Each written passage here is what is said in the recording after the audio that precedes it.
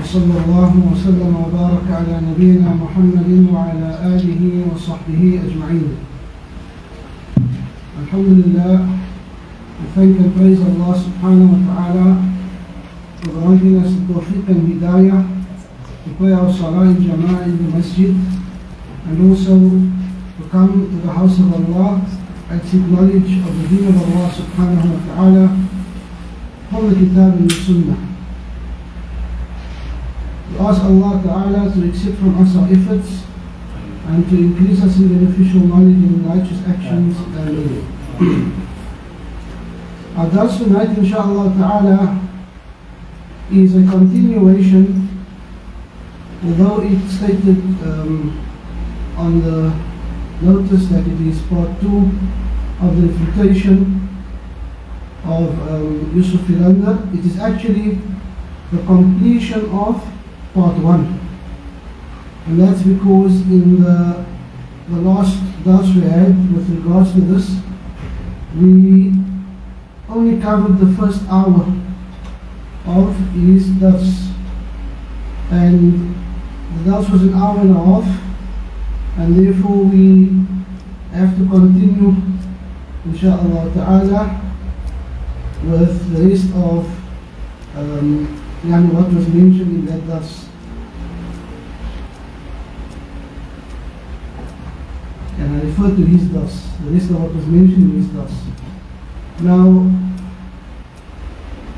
Alhamdulillah, I'm not going to recall everything, but the reality is that he only started with his real proofs that he wanted to give in the last 30 minutes. You know that first hour was in reality lot of kalam and no real proofs, any proof from the Quran, from the Sunnah of Rasulullah sallallahu alaihi wasallam. So the last two, or the first and the second proof that he gave and we mentioned in the last dars, he mentioned the hadith of Man sanna fil Islami sunnatan hasana, that whoever initiates a good way in Islam, right? And he mentioned lastly the hadith Man da'a ila huda, that whoever invites to guidance, and you will get similar to the reward of whoever acts upon it. And we mentioned obviously that he gave an example of this calling to guidance, and we said guidance, when Nabi sallallahu alayhi wa sallam said Man da'a ila huda, what is huda? Guidance. Huda is from the book of Allah subhanahu wa ta'ala. So Allah describes it as Hudan lil-Muttaqeen, right in the beginning, Surah Al-Baqarah. Right? It is Hudan lil-Muttaqeen. It is guidance for the Muttaqeen. And the Sunnah of Rasulullah sallallahu alayhi wa sallam, it is Huda, it is guidance. Inna khayra al-Huda, Huda Muhammad. Right? That the best of guidance is the guidance of Muhammad sallallahu alayhi wa sallam. Yet he uses this then and claims that this is a dalil or a proof for bid'ah. Right? And subhanallah, he gives an example, and the example he gives for this hadith of whoever calls to guidance is the example of a soup kitchen. That if you start a soup kitchen, this is huda, this is guidance, it's going to carry on for you after your death. And it is an innovation that you are going to benefit from after your death. Right, subhanallah. Now consider that the hadith before this stated the word sunnah, and in his interpretation he said this actually here means a bid'ah. Remember that? Man sanna fil Islam sunnatan hasana, he said the word here actually means a bid'ah. Even though Nabi sallallahu alaihi wasallam said what? Sunnah. Total opposite. Here Nabi sallallahu alaihi wasallam says whoever invites to guidance, right? Huda means guidance, and he says here that it is actually a bid'ah, and bid'ah is misguidance, as Rasulullah sallallahu alaihi wasallam said. So imagine that you quote the hadith of Rasulullah sallallahu alaihi wasallam, and then you tell the ummah of Muhammad sallallahu alaihi wasallam that you know what? It actually means the opposite of what he said. Nabi sallallahu alaihi wasallam said sunnah, it actually means bid'ah. Nabi sallallahu alaihi wasallam said guidance, it actually means misguidance. and then you claim that you are going to benefit from that misguidance which you have innovated, yani for which Nabi sallallahu alayhi wa sallam gave no authority, and which Allah gave no authority, meaning that if it is a bid'ah. But the example he quotes, as we mentioned, is a sunnah. In fact, it's an ibadah that is commanded in the Quran and in the sunnah, to give food to the poor. Right? So he has repeated this a number of times, right? Giving food once a week, giving food daily, starting a soup kitchen, all which is no dalil for what he is saying. Right? Rather, we know this is a sunnah of Rasulullah sallallahu alayhi wa sallam, and there is no bid'ah in it except for his false interpretation. The next hadith that he mentions now is the hadith of Aisha radiallahu ta'ala anha, that Rasulullah sallallahu alayhi wa sallam said, "Man ahdatha fi amrina hadha ma laysa minhu fahuwa raddun." Whoever introduces into this affair of ours that which is not from it, then it is rejected. Right? Then it is rejected. Now subhanallah, this is a hadith which we know is learned by the children, the small children in our madrasa, from subhanallah, from a young age, learn this hadith from the Arba'in of Imam Nawawi. Right? That whoever introduces into this affair of ours what is not from it, then it is rejected. Right? So he explains this. And he says, if you innovate something, because there is emphasis on ma laysa minhu, what is not from it. Right? Whoever introduces into this affair of ours, this religion of ours, what is not from it, it is rejected. So the emphasis here is on ma laysa minhu, right? On what is not from it. Meaning, if you innovate something that there is no origin that you can get from the deen, you can't pull it from the usul of the deen, right? Ma laysa minhu, it is not from the deen, fahuwa rad, it will be rejected. Then it will be rejected, right? In other words, again with this pulling, right? When he spoke in the previous dars, we mentioned, he repeats these words to derive, to derive, to derive, right? And here again, he says, if you can't pull it from the usul, now who must pull it? Right? Who must pull something from the usul of the deen to act upon and to practice? Ma laysa minhu, what is not from it, from the deen, from al-Islam. Imam Malik rahimahullah ta'ala made this beautifully clear with regards to the ayah that subhanallah this ummah was favored with. An ayah that this ummah was favored with. That they came, the Yahudi, as comes in the books of Tafasir, they came to Umar ibn al-Khattab radiallahu ta'ala anhu, and he says, they say there's an ayah in your book. If the likes of it was revealed to us, we would have made that day Eid. We would have made that day Eid. So Umar radiallahu ta'ala anhu, what does he say? He said, I know the ayah that you are referring to, and it was revealed on the day of Jummah on Arafah. It was revealed on the day of a great Eid, the day of Jummah on the day of Arafah. And this is the statement of Allah subhanahu wa ta'ala, اليوم أكملت لكم دينكم وأتممت عليكم نعمتي ورضيت لكم الإسلام دينا. This day I have completed for you your religion, and I have perfected my favor upon you, and I am pleased with Islam for you as a deen. Subhanallah, that day, so Imam Malik said, what was not deen on that day will never be deen after that day. Wasn't deen on that day, will never be deen after that day. What was not part of Islam on that day, you can pull as much as you want. You cannot make it part of Islam. You cannot make it part of Islam if it was not part of Islam the day that Allah subhanahu wa ta'ala completed the deen of Islam. This is what Imam Dar al-Hijrah, Imam Malik rahimahullah ta'ala made very clear. So when he says and emphasizes ma laysa minhu, this is important because Nabi sallallahu alayhi wa sallam didn't just say man ahdatha fi amrina hadha fahuwa rad. He didn't just say whoever introduces into this affair of ours it is rejected. He emphasized ma laysa minhu, what is not from it. And what is from it is what was already revealed and what was already completed and perfected when Allah Ta'ala said, وَرَضِيتُ لَكُمُ الْإِسْلَامَ دِينًا. And I'm pleased with Islam for you as a deen. On that day, the deen was perfect and complete. You cannot pull anything from anywhere and invent something, derive it from somewhere and say, okay, this is also part of Islam now.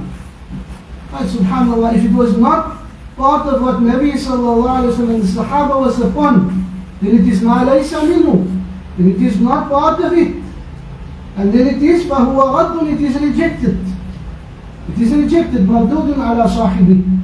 So, subhanAllah, this understanding that he gives here, he emphasizes, and he goes to Fathul Bari and takes, it is from Imam Ibn Hajar Asqalani, and once again, obviously, he praises Ibn Hajar Asqalani, because he wants to use his statement now, so he raises him and he praises him, and Al-Hafid, and who is the Hafid, and so forth, and he says that, may Allah grant us from the barakah, and he urges the Jama'ah, they must say Ameen. Because if you don't know the status of these ulama, you won't benefit from their knowledge. You won't benefit from their knowledge unless you know their status. And subhanAllah, as if to make an example of this, he imitates some people, whoever it is that is imitating, while making funny faces and changing his voice. And there's some people, or unlike some people, they say if or he says firstly, if you have a bad thought of that alim, his knowledge won't come to you. Even if you read it, you will misinterpret it. You won't get it right because you have a bad thought of that alim. And then he makes this funny face and he says, you know what, it's like you say, he was misguided, but his knowledge was good. So, subhanAllah, I don't know who is trying to mock here and imitate here, but for a moment I forgot that he was a graduate of the Azhar. And the Sheikh al-Azhar Ali Jum'ah, when he ridicules the people who asks for the dalil from Rasulullah sallallahu alaihi wasallam, he does exactly the same thing. He does exactly the same thing. He says they come to him and they ask, and then he imitates, he makes a funny voice and he makes a funny face, and he says they ask, وَهَلْ وَرَدَ هَذَا عَنْ رَسُولِ اللَّهِ صَلَّى اللَّهُ عَلَيْهِ وَسَلَّمَ, was this done, or was this reported from Rasulullah sallallahu alaihi wasallam? As if that's a bad question. He mocks the people who ask that question. And this individual who graduated from Al-Azhar, he does exactly what the Shaykh al-Azhar did. The Sufi Ash'ari al-Jum'ah did exactly the same thing. Allah, he pulled the same face and he imitates the same voice. I was amazed, that he had learned this akhlaq and this adab so perfectly from the Sheikh. But the Sheikh is also a Sufi Ash'ari. He does not like the people of the Sunnah and does not want to be asked for dalil. They don't want to be asked for proof. So they mock the people who say, was this reported from Rasulullah sallallahu alaihi wasallam? And what an important question this is. That somebody comes to you and he says, oh brother, you must do this, oh brother, you must do that, you must believe this, you must believe that. Is this reported from Rasulullah sallallahu alayhi wa sallam? Do you have dalil for this? Is this a sunnah that I should follow? Is this from yourself? Is this your opinion? Is this somebody else's desires? Such an important question, but they mock it and they ridicule the people who ask it. Just like he now tries to imitate some people who apparently says that, he was misguided, but his knowledge was good. Subhanallah. Now, this akhlaq, first and foremost, it is lawli akhlaq. To imitate and mimic and mock people, it is lawli akhlaq. And this, unfortunately, along with this, throughout his talk, he accompanies with lying, slandering and accusing people, and name calling, exactly as the Sheikh Ali Jum'ah does. Wallahi, when you look at the lectures of Ali Jum'ah, it is filled with name calling of the Wahhabis. It's like the Wahhabis are the nightmares. Like, they go to bed at night and dream about the Wahhabis. You know, there's no relationship. You must say something about the Wahhabis, the Wahhabis. Subhanallah, the Wahhabis, ya Allah. This is, wallahi, it's so unfortunate that some people, you know, they claim the akhlaq of the Prophet ﷺ and the adab that they have learned from Rasulullah ﷺ and so forth. But in reality, when those who know the Sunnah, and those who know what was the akhlaq and the adab of Rasulullah ﷺ, when you weigh them against it, you find that it is absolutely untrue. That Nabi ﷺ did not lie. Nabi ﷺ did not call names. Nabi ﷺ did not mock people.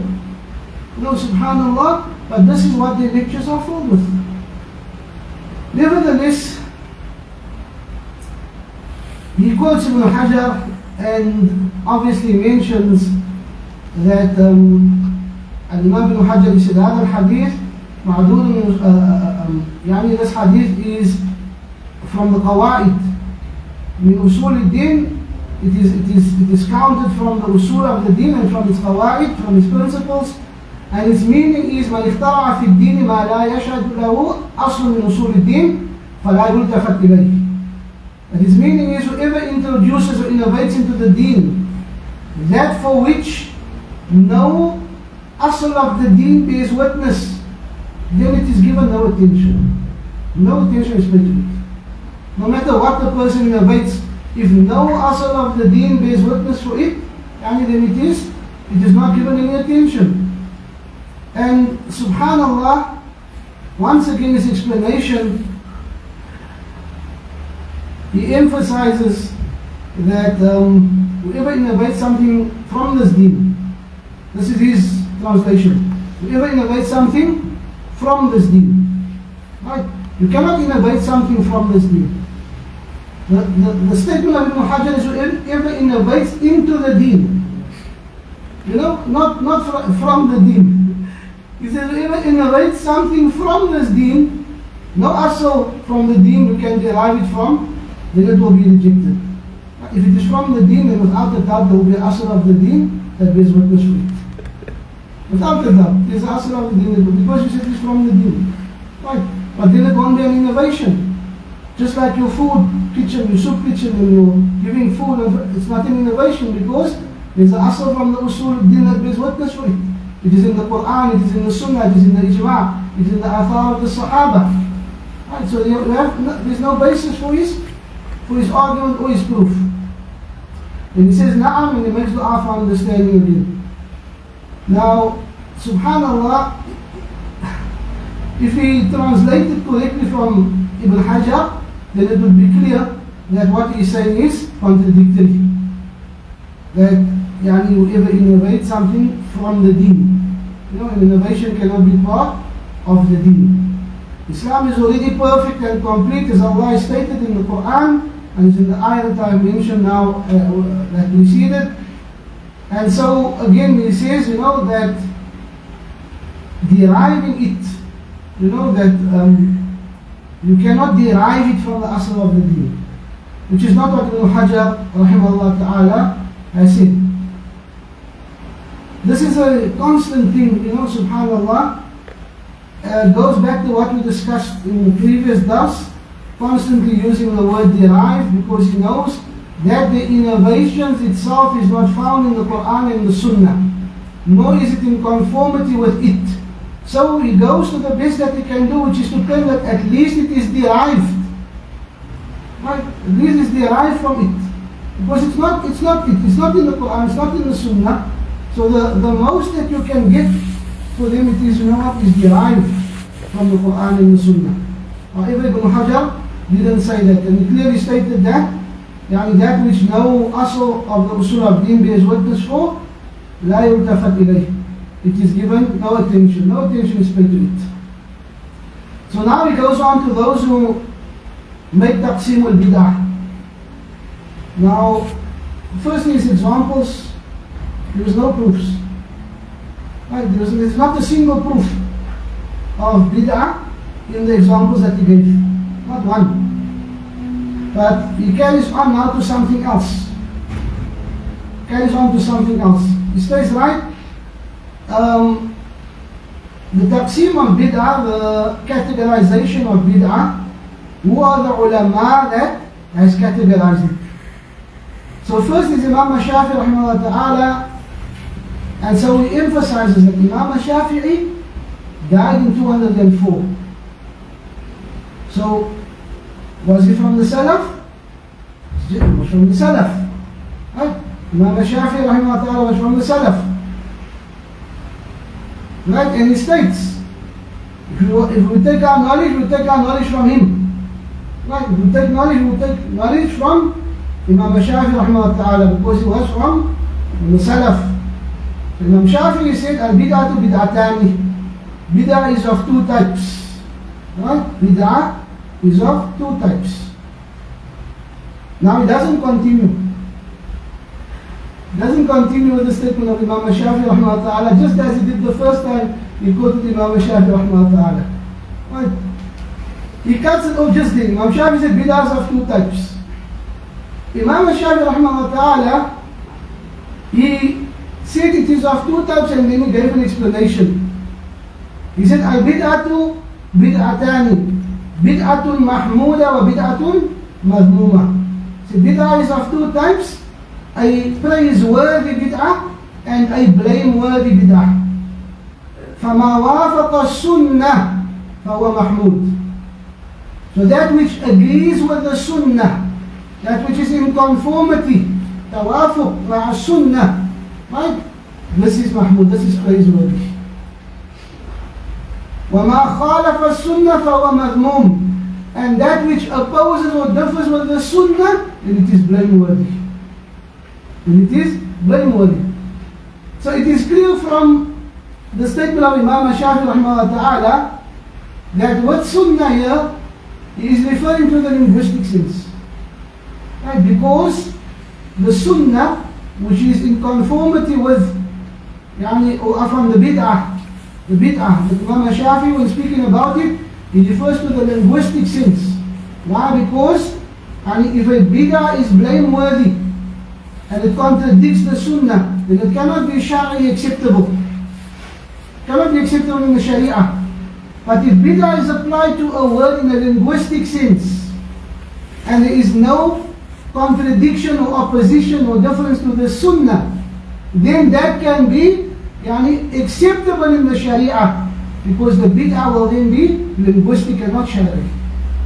The application of the word then is linguistic and it is not shari'i. And this is clearly illustrated because Imam Shafi'i rahimahullah ta'ala, what is the proof that he gave? He said the statement of Umar radiallahu ta'ala anhu, ni'matul bid'atu hiya.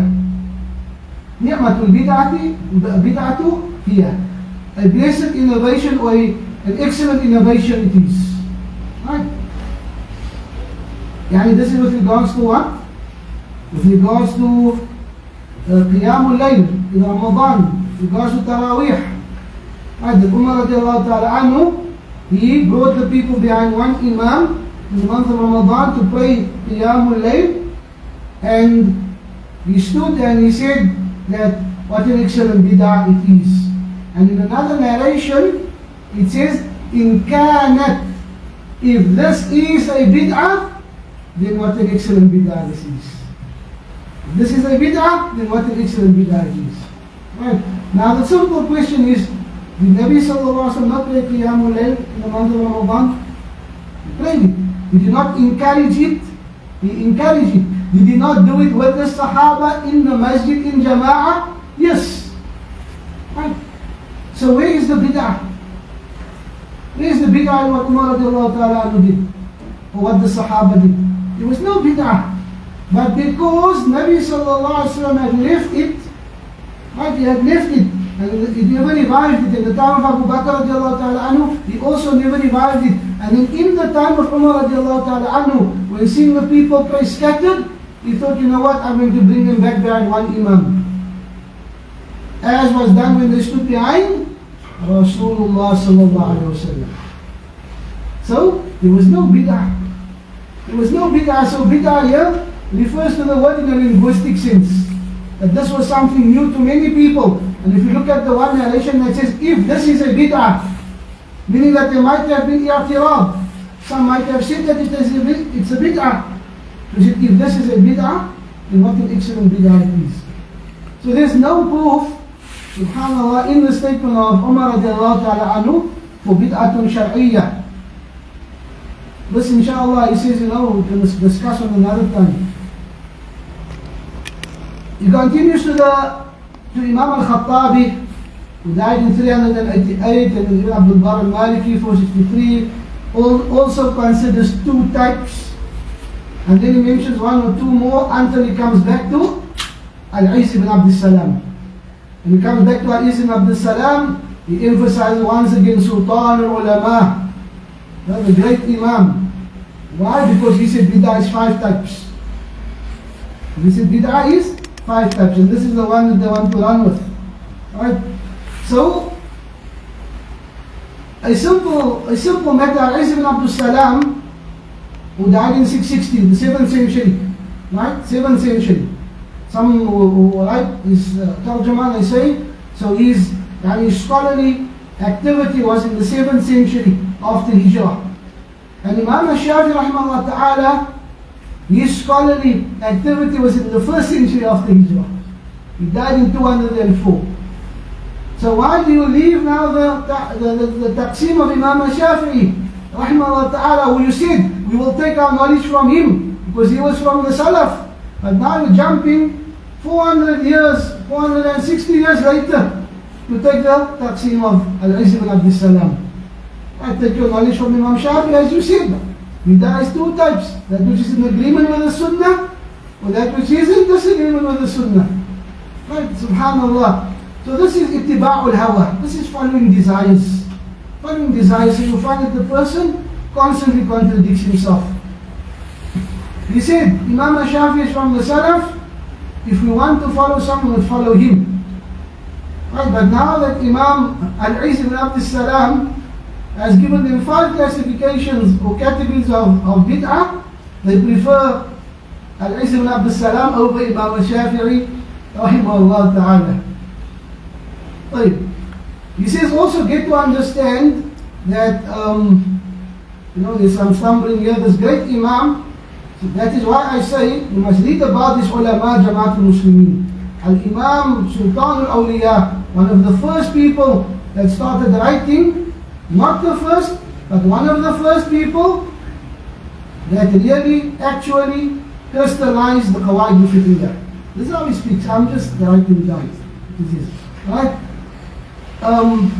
Now, so he's one of the first. Then he realizes he's not the first, but one of the first that really actually crystallized. You know what he's intending by that? He crystallized the Qawaid al-Fiqhiyya. Now, don't forget that previously you quoted Imam al-Shafi rahimahullah ta'ala, that time when you couldn't read that sentence from Imam al-Shafi correctly, in the Risala, which is the first book of Usul al-Fiqh. The first person to write in Usul al-Fiqh in this ummah is Imam al-Shafi'i rahimahullah ta'ala. The Risala of Imam al-Shafi'i. The Risala of Imam al-Shafi'i. Right? So, even more reason to go back to the classification of Imam al-Shafi'i rahimahullah ta'ala. Right? And to stick to the knowledge that Imam al-Shafi'i rahimahullah ta'ala mentions. And as he said, if you want to take knowledge, we'll take it from him. We don't know why he now changes and he glorifies Al-Is ibn Abdul Salam so that he can take this statement and now throw away the statement of Imam al-Shafi'i rahimahullah ta'ala. The next person he quotes is Imam Abu Shama. And Abu Shama, contemporary of Al-Is. Right? So, Imam Abu Shama that he quotes with regards to that the bid'ah is, or al-bid'ah hasana, it is permissible, it is agreed upon, it's permissible to do it and so forth. Alright? And the example that he gave once again is the example of giving food. Right? The example of giving food.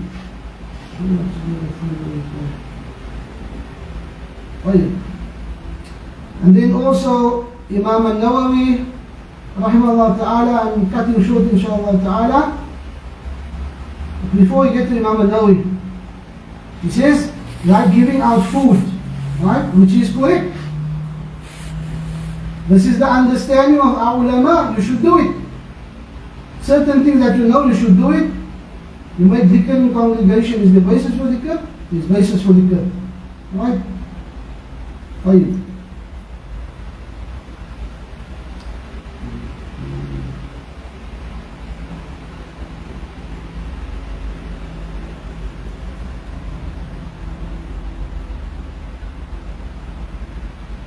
So, there's so much, Ya Allah. Imam Nawawi rahimahullah ta'ala divides also the bid'ah into 5 categories, and many of the ulama, he states many of the ulama, the great imams, and he is referring to this ai-imma of these, mainly the Sufi Ash'aris, and we don't count Imam al-Nawawi as from him, but they like to claim Imam al-Nawawi rahimahullah ta'ala because he has some issues that is in agreement with the Ash'ariyah, in agreement with the Ash'aris. Fine. He mentions the example of making dhikr in, I don't know if I mentioned this, I think my notes is about 2 weeks ago. I mentioned this, that there are no scholars who consider that you get bid'atul hasan and bid'atul sayyi'ah. I mentioned that. I mentioned. I don't know, maybe.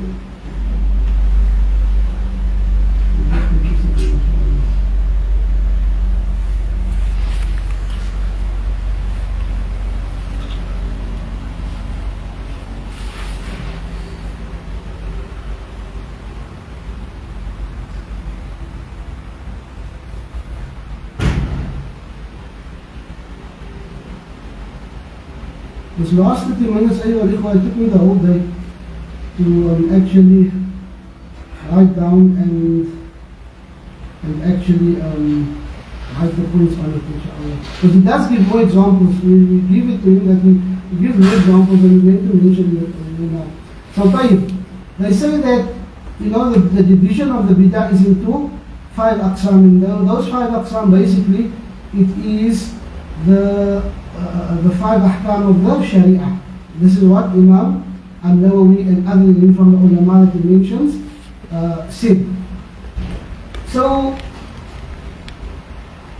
subhanallah, we have seen in the hadith that he mentioned before, and what he gave as example, that now he gives the example of dhikr. Right? Now he gives the example of dhikr. He says there's a basis for dhikr. Right? And we're going to discuss this more with regards to what Imam Shatibi said of bid'ah al-idafiyya, that now is not the right time to discuss it, so he skips it. So the dhikr, that he mentions, that if you make dhikr in jama'ah, this is bid'ah. Right? This is not like the Salafis. This is bid'ah. Right? And wallahi, this is a lie. Wallahi, this is a lie. He first says, if you make dhikr in congregation, right, there is a basis for dhikr. And then he mentions, in jama'ah. He mentions in jama'ah and he mentions without jama'ah. Right? And he says, like the Salafis, they say it's a bid'ah. Right? You make dhikr, it's bid'ah. And wallahi, no Muslim says to make dhikr is bid'ah. There's no Muslim that knows the virtue and the importance of dhikr that will say to make dhikr is a bid'ah. But this is how they confuse the people, and this is how they try to deceive the people into having enmity to Ahlul Sunnah wal Jama'ah. These people say to make dhikr is bid'ah. What an evil people this must be. That they say to remember Allah subhanahu wa ta'ala is a bid'ah. This is a lie. Why don't he say to the people that they say to make dhikr in chorus, in congregation, or with drums, or singing it, this is a bid'ah. This is a bid'ah. That they say that to make dhikr like we do, this is a bid'ah. And because these are people of dhikr. These are people who remember Allah subhanahu wa ta'ala abundantly. But they say you must remember Allah as Allah commanded and as Rasulullah sallallahu alayhi wa sallam taught us. So he makes a claim. He says that, remember, take into consideration that these ulama who do not consider that you get something as a good bid'ah and a bad bid'ah. Right? But this must also be understood correctly when you read their works. Because when they say so, then the difference between them and between us, the other ulama, themselves, the ulama, what we actually, it's more istilahi. Right? It's more istilahi. It's more linguistic, as he says. A more linguistic difference. They would just say, no, you can do it, but it's called still a what? A sunnah. It's called still a what? A sunnah. Right, so if you do a bid'ah, right, which you deem to be a bid'ah to hasana, the ulama that differ with you, they just say, no, it is still a sunnah. Right, it's still a sunnah, it's not a bid'ah. And you just call it a bid'ah. So the difference is what? Linguistics, terminology. Now honestly, I don't know what ulama is talking about, right? That believes that the difference between bid'ah and sunnah is just a difference in terminology, or that it is a linguistic difference. Remember, these are two matters referred to by two different words that hold two different meanings and rulings. And subhanallah, how can it only be different in definition? How can it be the same thing? Two different words with two different meanings, with two different rulings. Right? And he says, no, they just differ in the term that they apply to it. Right? Subhanallah. But the difference is just istilahi. They still call it a sunnah. In other words, they call what? They call the bid'ah a sunnah. Now let's look at what Ibn Mas'ud radiallahu ta'ala anhu said. Let's look at what Abdullah ibn Mas'ud radiallahu ta'ala anhu said. He said, كيف أنتم إذا لبستكم فتنة يهرم فيها الكبير ويربو فيها الصغير ويتخذ الناس سنة إذا ترك منها شيء قيل تركت السنة. Ibn Mas'ud said, how will your condition be? How will your condition be when fitna overtakes you to such an extent that the elderly, they become old upon it, and that the children, the youngsters, they are reared and nurtured upon it, and the people take it as a sunnah. The people take it as a sunnah, so that when it is left, it is said the sunnah has been left. It is left, it is said the sunnah has been left. And subhanallah, their fitna that they consider to be a sunnah. This is subhanallah, whenever I look at the word fitna in terms of turmoil and tribulations that will befall the ummah, one of the greatest of it is what? Shirk with Allah subhanahu wa ta'ala. Shirk. And in the book of Allah, Allah calls kufr and shirk, Allah calls it fitna. Allah calls it fitna. Subhanallah.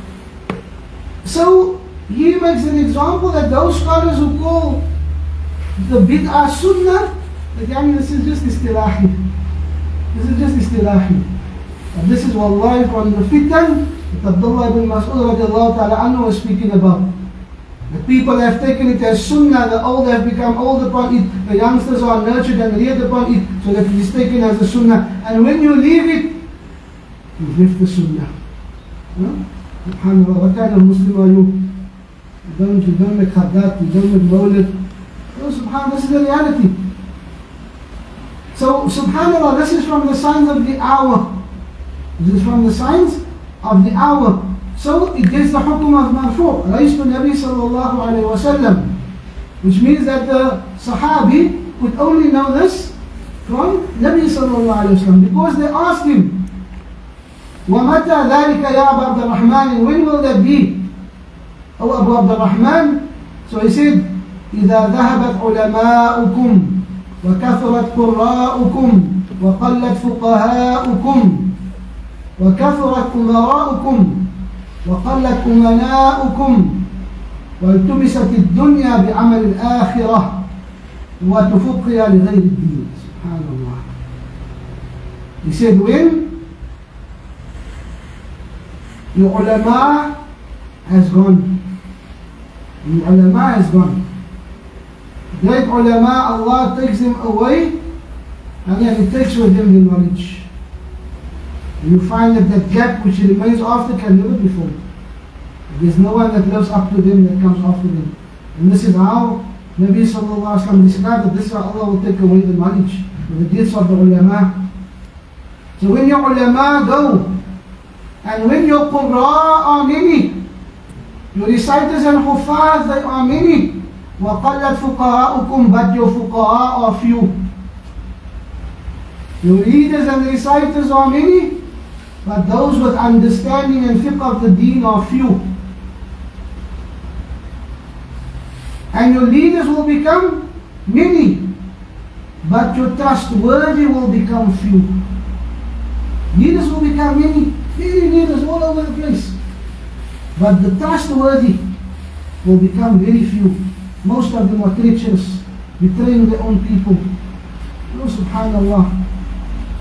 وَالْتُمِسَتِ الدُّنْيَا بِعَمَلِ الْآخِرَةِ, and when the dunya is sought with the actions of the akhirah.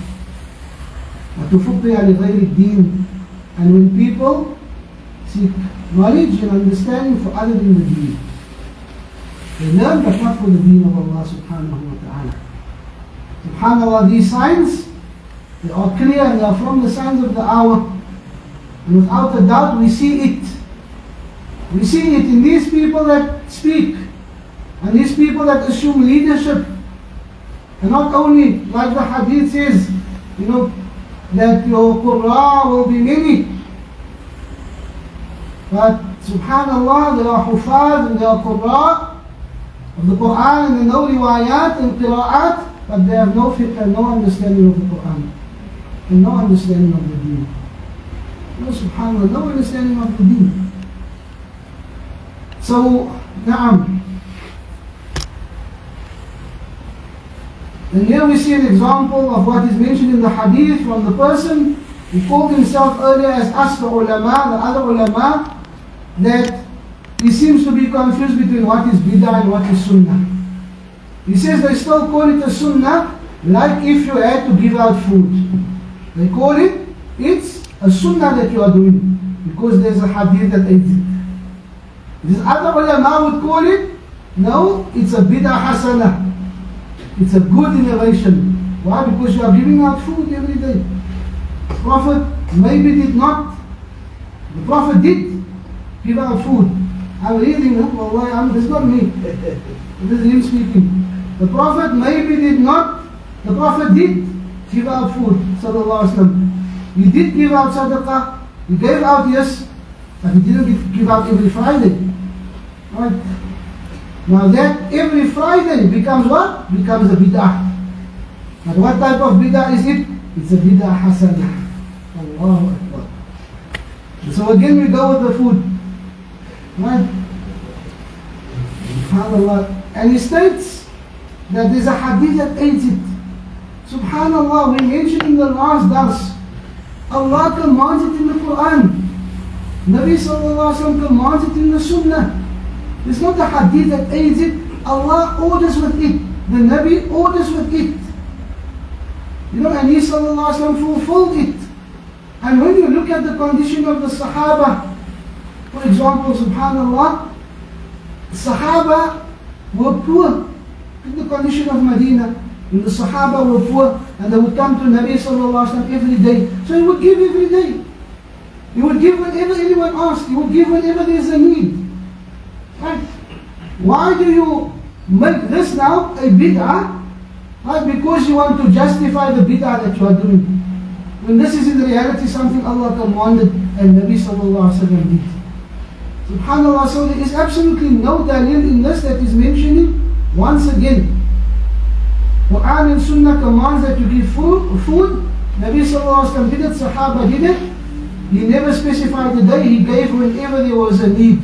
If a person has an opportunity to give, and let's say he says, I'm going to give every Tuesday, no problem. The other ones I'm going to give every Thursday, no problem. But if they legislated it, this is something else. If they told people, oh, you must give food on a Friday. You must give food on a Friday, only Fridays you must give food. This is something else, this is bid'ah. You legislated something, Allah and His Rasul didn't legislate. But as for him giving and going and giving out food on a Friday, there's nothing wrong with that. SubhanAllah, there's no bid'ah in it whatsoever. This is a person clutching at straws in desperation to find proofs for the bid'ah. Now he goes back to the taqseem of bid'ah and mentions the division of 5 types. Right? We may simply reply, when he says these 5 types, we may simply reply by saying that Rasulullah sallallahu alaihi wasallam warned against bid'ah, prohibited it, and clarified the punishments attached to it. Right? Then by definition, the hukum is that it is haram, and bid'ah will therefore fall under the hukum of haram. So khalas, we finish. Right? However, we can apply the linguistic term just to humor them a bit, and say that bid'ah in a linguistic sense, then they may fall under one of those rulings. However, bid'ah in the linguistic sense is not bid'ah in the Sharia. Right?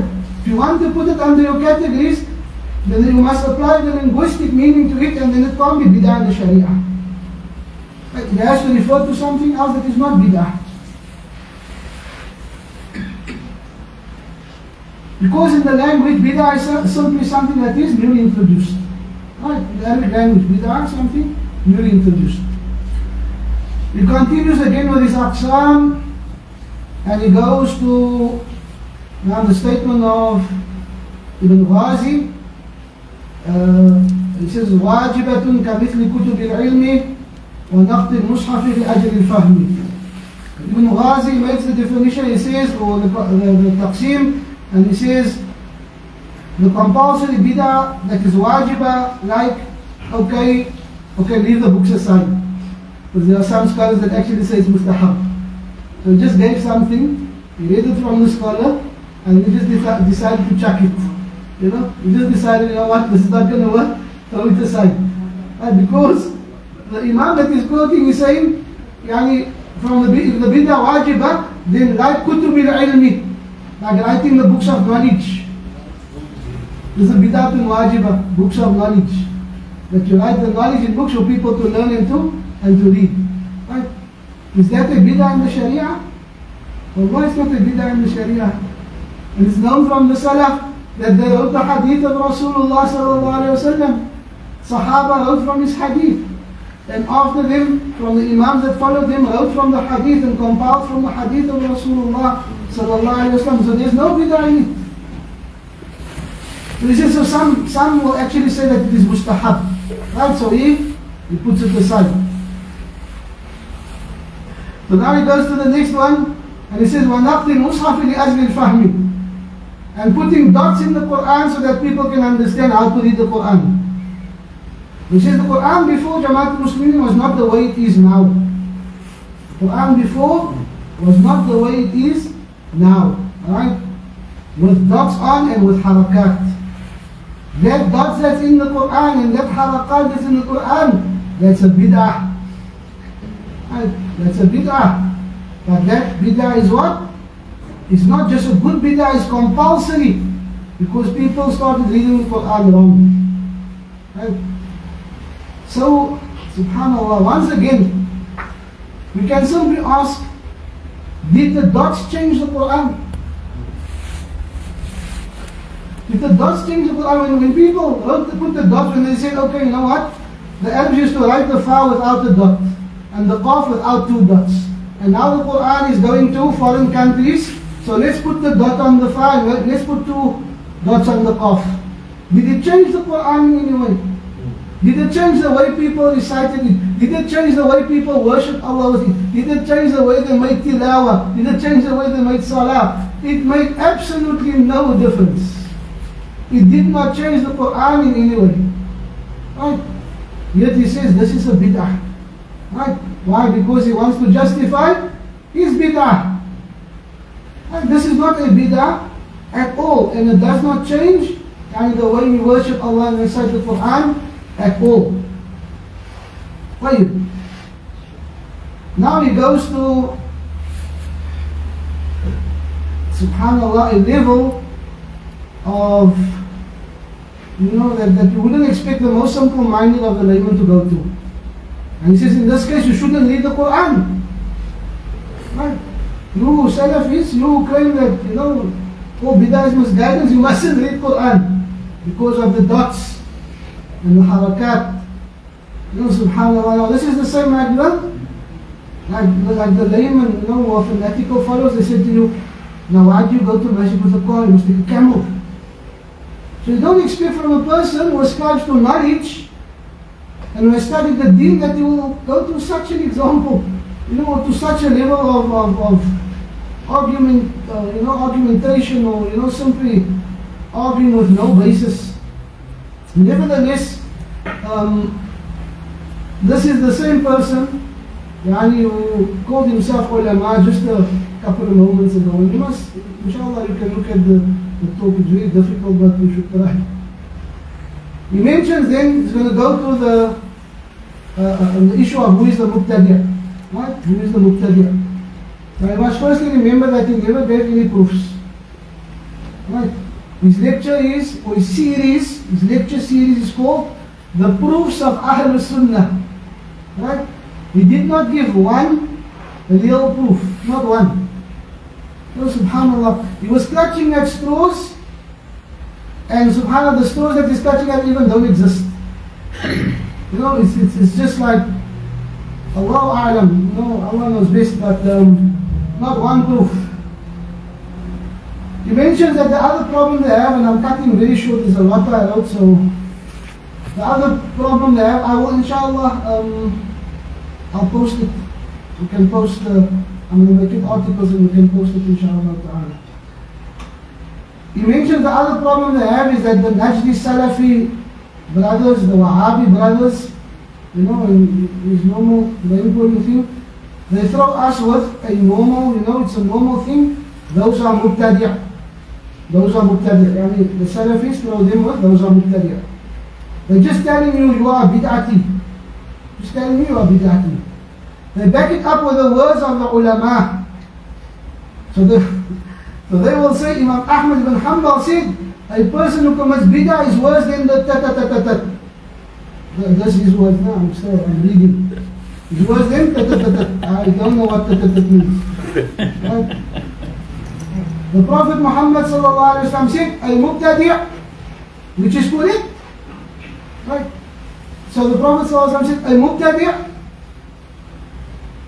which is correct as him speaking. The Prophet sallallahu alaihi wasallam just said, al-mubtadi', no, nothing further. Right? Subhanallah. This is how he quotes the Imam of Ahl-Sunnah wal Jama'ah, that he said ta-ta-ta. Right? Or how he quotes Rasulullah sallallahu alayhi wa sallam, al-mubtadi', and khalas cuts it off, says, and it is correct. Now we don't know what is correct because he didn't say.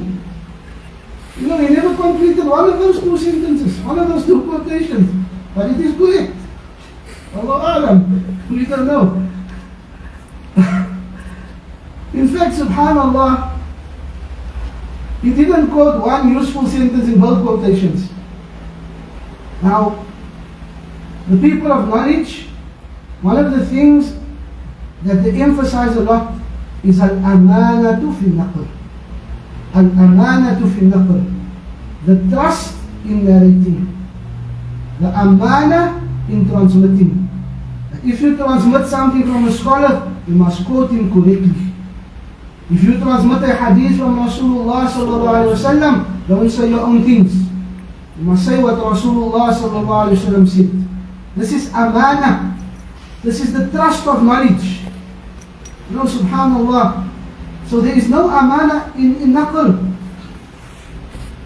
Imagine, tell the people what the Imam of Ahl-Sunnah wal Jama'ah, Ahmad ibn Hanbal, what he said about the people of innovation. Tell the people what Rasulullah sallallahu alaihi wasallam said about the innovator, so that they will know. You know that Rasulullah sallallahu alaihi wasallam didn't simply say the mubtadi' and leave it. Right? Nabi sallallahu alaihi wasallam said, إن الله احتجب التوبة عن كل صاحب بدعة حتى يدع بدعته. Allah veils repentance from every innovator until he leaves his innovation. Now the people can know how serious it is. Nabi sallallahu alayhi wa sallam didn't make jokes with regards to this. من آوى محدثا أو من أحدث حدثا أو آوى محدثا فعليه لعنة الله والملائكة وَالنَّاسِ أَجْمَعِينَ. Whoever innovates innovation into the deen of Allah or shelters an innovator, then upon him is the curse of Allah and the angels and all of mankind. Serious. But he doesn't quote, he doesn't finish these quotations. Why? Because then people may think, people may reflect, subhanAllah, this is a big matter. This is a serious matter. You know that we need to look into this seriously so that we can save ourselves. If Nabi sallallahu alaihi wasallam warned to this extent against, you know, the innovations and the people of innovations, and warned against the evil effects thereof. So subhanallah, whatever it is that he was referring to, he agrees that it is correct. And now we say because the ulama, the Ash'ari Sufi ulama, that he claims of Ahlul Sunnah wal Jama'ah, he says they also speak about the Muqtadi'. Right? They also speak about the Muqtadi'. So this is why it is correct. It's extremely rare, and I just want to mention this. It is extremely rare to find them, right, in the gatherings or in the lessons or in the Jum'ah or at any time speaking about bid'ah or the Muqtadi'ah. Very rare. We know this. We grew up in Cape Town. You know, you come to us, oh no, our ulama, they speak about the Muqtadi'ah, they speak about, wallah, they ridicule those who came and spoke about bid'ah. They ridicule those who came and spoke about the innovators. This is from the knowledge they wanted to keep hidden from the people. Why? Because they qualify. They qualify with the sifat of these people. That now they have to read the hadith that speaks about the innovator, and he himself is innovating in the deen of Allah subhanahu wa ta'ala. So they did not speak about this. They did not mention it to the people, and we have experience of this, that they would, subhanallah, they would want to silence you if you speak about bid'ah and mubtadi'ah. Don't speak about these things. That's what they would say. Don't speak about these things. So he says, here is what we need to understand. This is him. Here is what we need to understand. Who is the mubtadi'? And this you must understand. By them just telling you, you're making dhikr in jama'ah, you're making dhikr, bid'ah, you're mubtadi'. Is how he speaks, no? In other words, they say that when the person makes bid'ah, he's a mubtadi'. Is this true? Wallahi, this is not true. Ahlul Sunnah wal Jama'ah, they do not say a person who makes bid'ah is a mubtadi'. Ahlul Sunnah wal Jama'ah, they differentiate even between the scholars that go to bid'ah and the laymen who follow them. They differentiate between them. And when they speak about Ahlul Bid'ah, they speak about the scholars. They speak about those who have knowledge, who know the Quran, who know the Sunnah, who know the Arabic language, and then they still call people to Bid'ah and defend it. And they still oppose the Sunnah. They don't say if you make dhikr, then you are mubtadi'. Well, this is a big lie. So this once again, he does this with, imitating and showing this akhlaq that we learn from Ali Jum'ah. And this, subhanAllah, is once again a slander and a false accusation against Ahlul Sunnah wal Jama'ah. When he added the word in Jama'ah, he knew that he might allow some people's intelligence here. You say to make dhikr in Jama'ah is bid'ah. So he cut out the word bid'ah. And then he repeated it and said, to make dhikr, bid'ah. Because when he said in Jama'ah, he realized that, This is more true. This is more what Ahlul Sunnah actually say. This is what the Salafis say. That you are making it in chorus, in congregation. And this is bid'ah. So he retracted on that and he said, no, to make dhikr, you're bid'ah, you're mubtadi'. A'udhu billah. So, subhanallah, what we are referring to is the bid'ah of, like I said, congregational dhikr in jama'ah, in chorus. And this is not found from Rasulullah sallallahu alaihi wasallam, nor the Sahaba, nor the Tabi'in, nor the Atba'u Tabi'in, nor the Imams of the Deen. Right? Nor the Imams of the Deen. So none of them made dhikr the way you make dhikr, and therefore it is a bid'ah. So it's because they know that the Muslims, this is something, this is sort of a sensitive topic. You know, the Muslims think that is dhikr because they taught them to make dhikr like this. So if they say, you know what, they say this is bid'ah, you're mubtadi', then this refers to most of the Muslims. And this is how they incite animosity and how they split the Muslims in reality upon bid'ah. And when we say come to the sunnah, they say, you're splitting the Muslims. People of Allah, you must take note of this. When we say come to the sunnah, all together, we come to the Quran and to the sunnah, and we adhere to it as the Sahaba adhere to it, then they say you're splitting the Muslims. Right? But when they make up these stories, when they make up these lies, and tell the Muslims that, oh, they say this and this, what are they doing? They are splitting the Muslims with lies and with slander. Right. He gets to the answer, and once again skipping a lot. Before he gets to an answer, he takes another stab at the opposition. He says, they can't even understand the kalam of the ulama. And I'm saying this with respect. Then how are you going to take from the Quran and the Sunnah? If I'm misinterpreting the kalam of the ulama, and I'm saying this with respect. So he accuses Ahlul Sunnah, as-Salafiyun, they can't even understand the kalam of the ulama. Right? And they misinterpret the kalam of the ulama. Now this is the same person who read a 10-word sentence. A sentence with 10 words. From the Risala of Imam Shafi rahimahullah ta'ala, from his laptop, he read it incorrectly 3 or 4 times. Remember, he took it in the last dust. Right? He could not read it correctly. He did not rectify himself at all. Making 2 of the most, subhanAllah, almost impossible grammatical blunders and repeating it over and over while reading. And then he accuses others saying they can't understand the kalam of the ulama. You can't read the kalam of the ulama. How are you going to understand it? Imagine if you can't read it correctly, how are you going to understand it? But you say they can't understand the kalam of the ulama. Same individual who must interpret every hadith that he has mentioned so far. Same person who said in the hadith mentioned in sunnah that it actually means bid'ah. Remember, he accused us now of misinterpreting the words of the ulama. In the hadith that says sunnah, he said it means bid'ah. Right? In the hadith that says guidance, he said it means bid'ah, which is misguidance.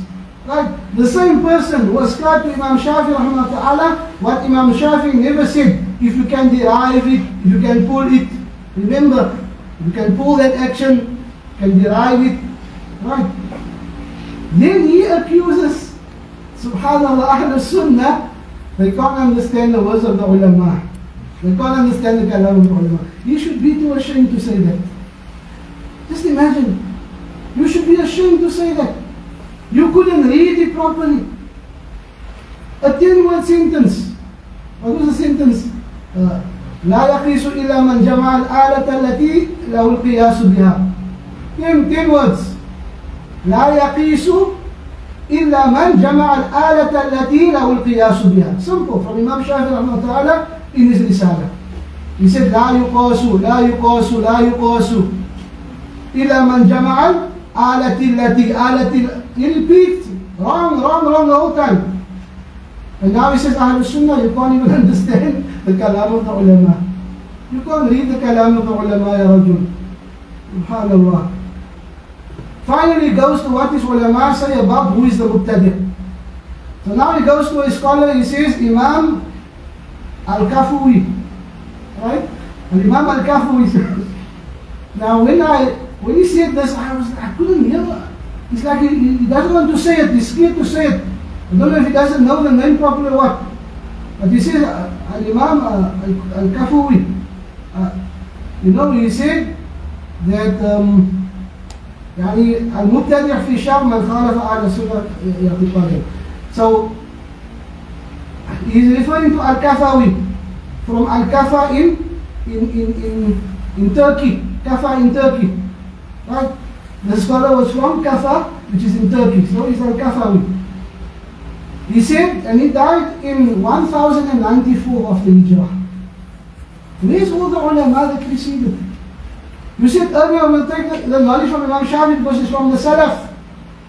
Now you're jumping 800 years to find the definition of who is the Muqtadi'. As if none of the scholars of the past spoke about who is the Muqtadi'. Nevertheless, the definition he gives, wallahi, you are going to be amazed by this, ikhwan, trust me. Al-Muqtadi' fi shar man khalafa ahla sunnati i'tiqadan. The Muqtadi' in the Sharia, in the law, is one who opposes or differs with Ahlul Sunnah in Aqidah. In Aqidah. Right. Now here firstly, he makes another grammatical error when reading this statement. He says, Man khalafa Ahlul Sunnah. Man khalafa Ahlul Sunnah. While in reality, Ahl is maf'ulun bi, it is mansub, it must get a fatha. Right? Man khalafa Ahlul Sunnah. Not Ahlul Sunnah. Earlier the mansubi put to the kasra, man jama'al alati lati, when it should have been alata lati. Right? Now he's supposed to put a fatha, he puts a dhamma again. Right? Man khalafa ahlus sunnah instead of ahlas sunnah. This is the same person that is insulting ahlus sunnah the whole time. They can't understand, the words of the ulama. SubhanAllah. So he says, this is the ulama, this is how they understood the Muqtadi'. That is one that contradicts or went against the Ahlul Sunnah in Aqidah. In Aqidah, he emphasizes. Now subhanAllah, now with this definition, we know without a doubt that he's a Muqtadi'. He gave us now the definition that proves without a doubt that he is a Muqtadi'. Because he said, Imam Al-Kafawi, he said that the Muqtadi' in the Sharia, in the Shar, is one who opposes or differs with Ahl Sunnah i'tiqadan in Aqidah. Ya Allah. In Sufi, none of the Sahaba, not Nabi sallallahu alayhi wa sallam, none of the Imams were Sufi Quburi. Right? None of them were Ash'ari or Maturidi. Right? So, you the first one that are opposing Ahlul Sunnah and differing with them in Aqidah. How do you still mention this definition? So, subhanAllah, this makes us know that, by his definition, that he is from the Muqtadi'ah. None of the Sahaba believed, we speak about Aqidah, none of the Sahaba believed you can make dua to the dead in the graves. None of the Imams who followed them, including the 4 Imams, were Sufi Quburis or believed in that. They were all Ahlul Sunnah wal Jama'ah, and you have gone against the Aqidah of Ahlul Sunnah wal Jama'ah. Furthermore, none of the Sahaba were Ash'ari or Maturidi, nor were the Tabi'in or the Atba'u Tabi'in. And these are schools of Aqidah based upon Ilmul Kalam that all 4 Imams rejected. Ash'ari, Maturidi, are schools of Aqidah, right? Which all 4 Imams rejected. Ilmul Kalam they rejected. So if the Muqtadi' is the one who differs with Ahlul Sunnah in Aqidah, and you are an Ash'ari and a Sufi, khalas, by your definition you are Muqtadi'. Oh, subhanAllah. So, for the sincere Muslim, if a person is a seeker of knowledge and truth, then this would be actually enough for him. To be honest, this would be enough for him. When you look at this definition and you know what has preceded and you know the person is Ba'alawi, Sufi, Quburi, Ash'ari, then this would be enough for you to know that these people are Muqtadi'ah by their definition of their own choice. You don't even have to continue after this. However, you must go on. Right? So he goes to the Khawarij. He makes the example of the Khawarij. Why? Because we know before, he has tried to liken Ahlul Sunnah to the Khawarij. Right? So he says that subhanallah, the Khawarij, they claim that the person who commits a major sin is a kafir. And so the Najdi Salafi brothers have similarities to the Khawarij. He says because the Sahaba said regarding the Khawarij that they would take ayat that was revealed upon the mushrikeen and they took it and put it upon the Sahaba and declared the Sahaba kafir. Exactly what our brethren were doing. A'udhu billah, who's doing this? Why? This is once again a lie.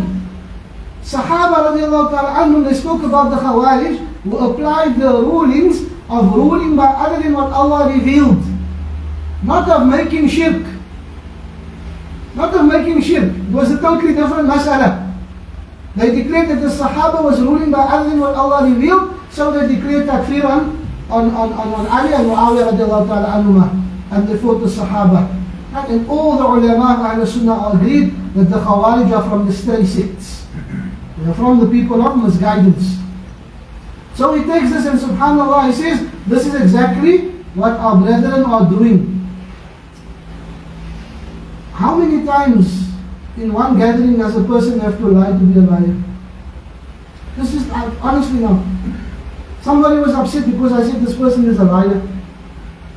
In how many times does a person lie in one gathering? This is one dars.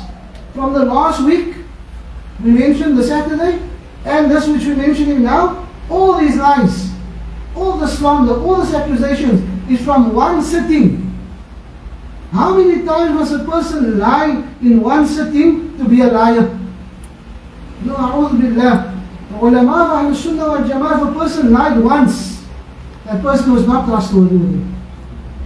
If he lied once, he was not trustworthy with him. They would not take knowledge from him. They would not want to narrate hadith from him. These people lie over and over and over. You know, subhanAllah, and they expect no one must go out their lies. No one must say they are lying. You know, subhanAllah. This is a great slander against Ahlul Sunnah wal Jama'ah. He claims they take these ayat, the Salafi, Najdi, Wahhabi brothers, they take these ayat and apply to the Muslims who are worshipping Allah. And the ulama is not saying it, they are saying it. Obviously, the latter ulama, with respect, they are saying it. Right? He says the ulama are not saying it, they are saying it. Right? And then he says, okay, the latter ulama, with due respect, wallahi, there is no one from the Azhar, there is no one from the scholars, there is no one from the Sufis, the Ash'aris, the Maturidis, the Ba'alawis, or any of these people of bid'ah that can come close to one of the ulama of Ahlul Sunnah wal Jama'ah. Wallahi, bring us your whole Azhar, bring us one, the likes of Sheikh bin Baz rahimahullah ta'ala. Bring us one, the likes of Sheikh al-Imam al-Hafiz, al-Muhaddith al-Faqih, al-Imam ibn Baz rahimahullah ta'ala. You don't have one person like him. You don't have one person like him. You don't have one person like Ibn al-Uthaymeen rahimahullah ta'ala. And then you say with due respect, you are slandering the biggest ulama of our time. The biggest ulama of our time. You know, subhanAllah, accepted throughout the world as such. You are slandering them and you say with due respect. What respect? You know, this is subhanAllah, لِمَ تَقُولُونَ مَا لَا تَفْعَلُونَ. Why do you say that which you don't do? Why do you say that which you don't do? You claim respect, you claim adab, you claim akhlaq, all of these you oppose. All of this you oppose, you have none of it. None of it, subhanAllah. May Allah guide us and guide them. He even stumbles, subhanAllah, over his own lies. You know when he says that they say it, the ulama don't say it, but then he has to rectify and say, okay, the ulama say it, the later ulama say it. And they, subhanAllah, they place those ayat, listen to this line. They place those ayat out of context on the Muslimin, and they consider the majority of the Muslimin sometimes out of the fold of Islam. Subhanallah. Ahlul Sunnah, consider the majority of Muslims sometimes out of the fold of Islam. First time, I don't know where sometimes can be. Consider the majority of the Muslims sometimes out of the fold of Islam. I don't know whether it was sometimes out and sometimes in. Allah Alam. But this is another lie, subhanAllah, and slander.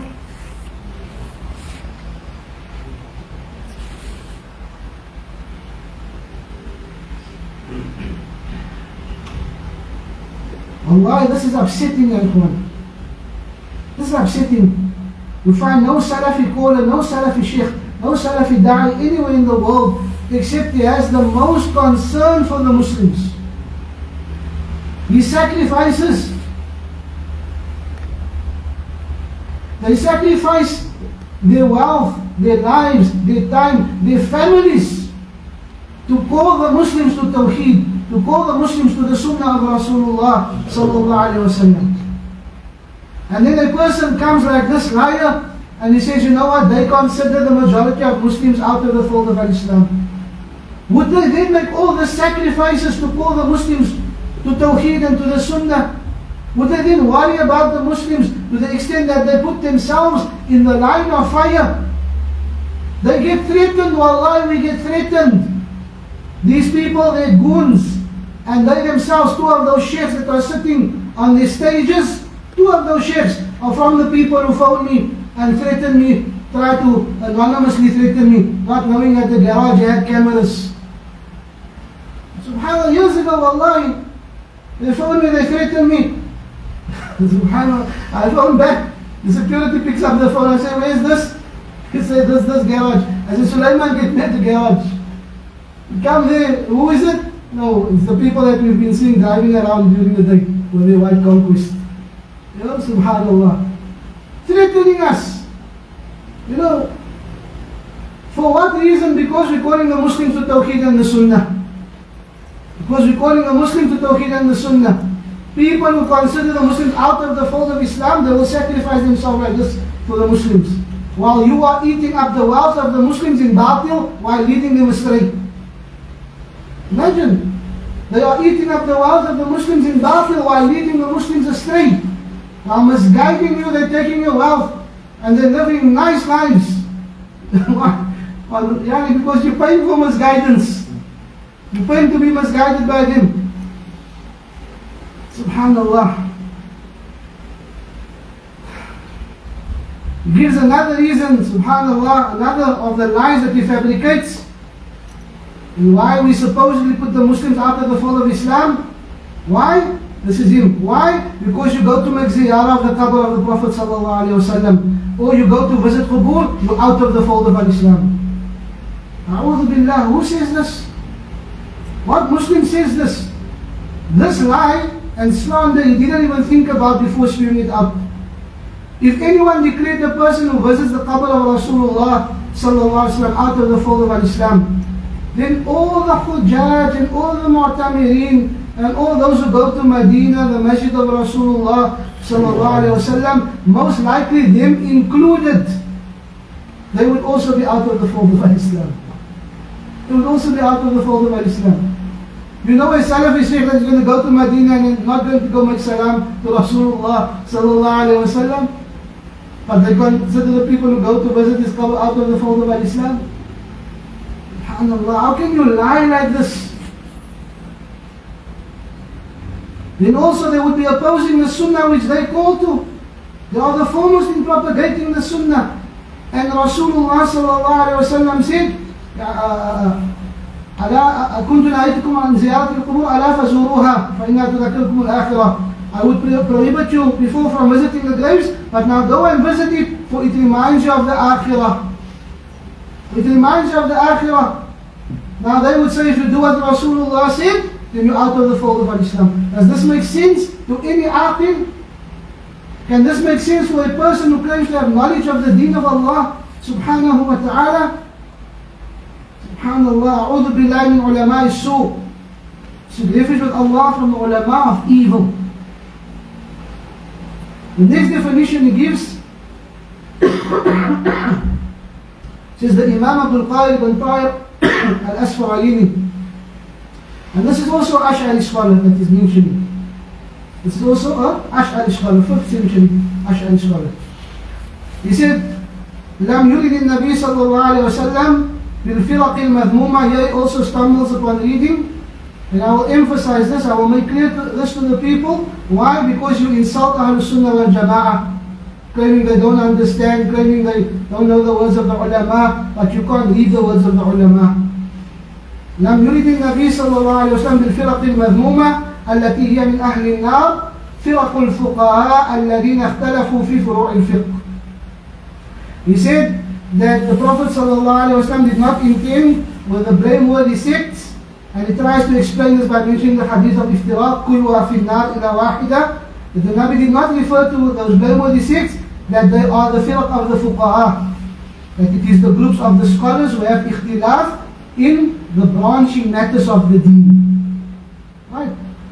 Now, we don't say that either. No one says that this refers to the madhaib of fiqh. No one says that the 72 sects refers to the madhaib of fiqh, or those who differed in the matters of fiqh. I mean, lies upon lies upon lies. He says, unfortunately, our brethren cannot differentiate. MashaAllah. Again, a slander that comes with great respect. No? Remember, he puts there great respect. For a slander, our brethren cannot differentiate between al-masail al-muttafaq alayhi wal-masail al-mukhtalaf fihi. Right? Subhanallah, you didn't even say it right. You did not even say it right. The brethren, they can't differentiate. That is a juhal, they are ignorant. They can't differentiate. But you can't even say it right. Subhanallah. Firstly, you should know that your statement is grammatically wrong, because the damir that is used to refer to an inanimate plural should be feminine and not masculine. Right? Al-masail al-muttafaq alayha, not alayhi. Right? Al-masail al-muttafaq alayha. Right? And al-masail al-mukhtalaf fiha, not fihi. So even grammatically, he doesn't utter the statement right, and he claims, our brethren, the Salafis, the Najlis, the Wahhabis, whatever he wants to call us, they cannot differentiate. So first he must know that his sentence was grammatically wrong. Secondly, what the Imam is referring to is that difference in fiqh masail does not necessitate al-inkar al-mukhalif. This difference in fiqh masail, it does not necessitate. It does not mean there must be inkar. Why? Because maybe he made ijtihad and he came to a conclusion, and he made ijtihad and he came to a conclusion. But it doesn't have to be inkar. This is what is meant. This does not negate that inkar is established if there is an opposition to the Quran, the Sunnah, Athar, or Ijma'. And you would have known this if you had just read a couple of sentences more from the Risala of Imam Shafi'i, other than the statement that you read incorrectly regarding the Qiyas. You just read the statement above and the statement below, you would have known that if there is a difference, if there is there's an interpretation, you must go back to the Sunnah, to the Quran, to the Athar, and to the Ijma'. Right? So there will be inkar if it opposes any of that. Also, it does not negate that inkar is made when the difference is in aqidah, as you have already clearly stated from your previous definition. Right?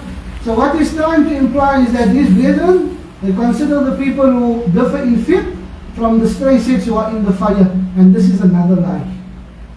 This is what he's trying to imply, that you know what? They consider if you have any difference, and he makes examples of it. And he says they try to bring everyone together. Everyone must do the same thing as they do it. Subhanallah. This is what he says, right? So when we look at the Salafi ulama, we claim is guilty of this. Amongst the Salafi ulama, you will find those who are Hanbali in fiqh. Right? Those who are Hanbali in fiqh. And we'll find those who are Shafi'i in fiqh. And we'll find those who are Maliki in fiqh. And those who are Hanafi in fiqh. Why? Because these are madhab al-fiqhiyya, in which there is differing in the furu', on account of ijtihad. They don't make inkar of one another, they don't reject one another, they don't say this one is misguided and this one is in the fire. This is an absolute lie. In one masjid, you'll come into our masjid, you'll find somebody doing something from the Hanbali madhab, standing next to someone who is doing something from the hadith directly.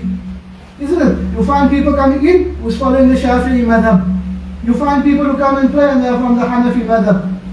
Has it ever occurred that we say, you must all do exactly the same thing? You know, subhanAllah, how do you make up lies like this? If it opposes the Quran and the Sunnah and the Ijma' of the Salaf or the Athar of the Sahaba, then we say, like Imam Shafi'i said, you must return back to that. You must return back to that. Right. Remember, this is now still trying to define who is the Mubtadi'. Lastly, he mentions the statement of Sheikh al-Islam ibn Taymiyyah, rahimahullah ta'ala, that the bid'ah through which a person is considered from Ahlul Awar, and he says, a Mubtadi' is like the bid'ah of the Khawarij and the Rafidah and the Qadariyah and the Murji'ah. He says, so the bid'ah that you can call someone is a Mubtadi' is the people that went against the Sunnah. You call someone a Mubtadi' is the people that went against the Sunnah. So he jumps quickly. And he gave some examples of this. Right? He gave some examples of this. And this is the Khawarij and the Rafidah and the Qadariyah and the Murji'ah. But his conclusion, what he's trying to make no mistake now. The Shaykh al-Islam mentioned 4 examples. So he makes like the bid'ah is only these 4 examples. Right? But look at the conclusion. Ibn Taymiyyah says that bid'ah is the people actually that what? I'm sorry that I read that, but this is what I wrote from you. Bid'ah is the people actually that what? That is bid'ah in their beliefs. And the people that is bid'ah in their beliefs, this is bid'ah, this is the mubtadi'ah. Right? Yes, subhanAllah, we don't know what to say anymore. I have never seen a person describe himself so clearly, with details and repetition, and then not recognize it is him. Can you imagine? You describe yourself, your methodology, your aqidah, you give definitions, and you quote it, and you state it, and you repeat it, and you don't recognize speaking against yourself. Ya salam. He goes on to give, and this is an ending, criteria from himself, how to recognize the mubtadi'. He says, if you go to the books of Tarajim and Hadith narrators, why does he want to go back hundreds of years to the Tarajim and the Hadith narrators to define who is the mubtadi'? He says, because they will see, Rumiya bi tashayyu', Rumiya bil qadar, he's accused of Shi'ism, he's accused of qadar, Why you want to go back hundreds of years? Because you guys went around. And so you're not going to find him. He was a Quburi. Not in the books of Tarajim because you didn't exist. So this is what he wants people to define bid'ah only from there. You want to know what's a mubtadi'? Go look there. What is a mubtadi'? Shia, and he mentions how they take Ali as an object of worship. Once again, describe yourself. Say, because the Shia look, they take Ali as an object of worship. SubhanAllah, how they glorify Ali and raise Ali. This is what you're doing with all your awliya. This is what you're doing even with your, this khabith and that khabith, all the ta'lim, shuyukh is awliya. SubhanAllah, and you don't recognize speaking about yourself. So, you won't find in those books, you won't find they say, because he made dhikr. Why? It did not exist. Haddad did not exist. Haddad did not exist. Imagine, subhanAllah, Ya Allah. This is such clear deception. He's trying to deceive the Muslims. And you know what? You don't find us mentioned there. So we are not mubtadi'ah. But they are bid'ah worse than some of the people that is mentioned there. They are bid'ah worse than those people. Not only, subhanAllah, imagine a person Like the Khawarij, for example. The Khawarij, their bid'ah was takfir and khuruj, but they were truthful. They were truthful. The Khawarij was afraid to lie. Wallahi, Khawarij, they were afraid to lie. So imagine, because they considered the person who commits a major sin out of the fold of Islam. So they were afraid to lie. You lie through your teeth all the time. You know, subhanAllah, so you have worse actions than those people that you are mentioning. You know, but you want people to go there and say, okay, those are the mubtadi'ah, so we clear. You know, their bid'ah is kufr and shirk. Their bid'ah is kufr and shirk. You know, it's from the worst. It's from the worst. That you disbelieve in some of the sifat of Allah tabaraka wa ta'ala. You make ta'atila with your interpretation. You make shirk with Allah subhanahu wa ta'ala. Major shirk. And then you don't want to be called a mubtadi'. No, subhanallah. This criteria that he gave, this is in reality a, you know, like it is if someone gives you directions because he wants you to get lost. You know, when the kids sometimes they play pranks on people, and the person asks for directions and they send him somewhere far off the path. So this is his criteria that he gives. You know, this is a criteria for myself for you to recognize the person of bid'ah, the mubtadi'. If you go back to the books of Tarajim. You know, subhanAllah, we say there's ulama alive today. There's ulama of Ahlul Sunnah and Hadith. Ahlul Sunnah and Hadith that make clear to us the rulings of Islam with regards to the mubtadi'ah. You know, and subhanAllah, their rulings are clear with regards to themselves as they gave the definition. He gave the definitions himself. Inshallah, this suffices obviously with regards to the first lecture, and inshallah I will go to the second one and we'll start watching it when I feel strength, inshallah ta'ala. We ask Allah ta'ala to give us the ability to aid the truth and to fight the falsehood.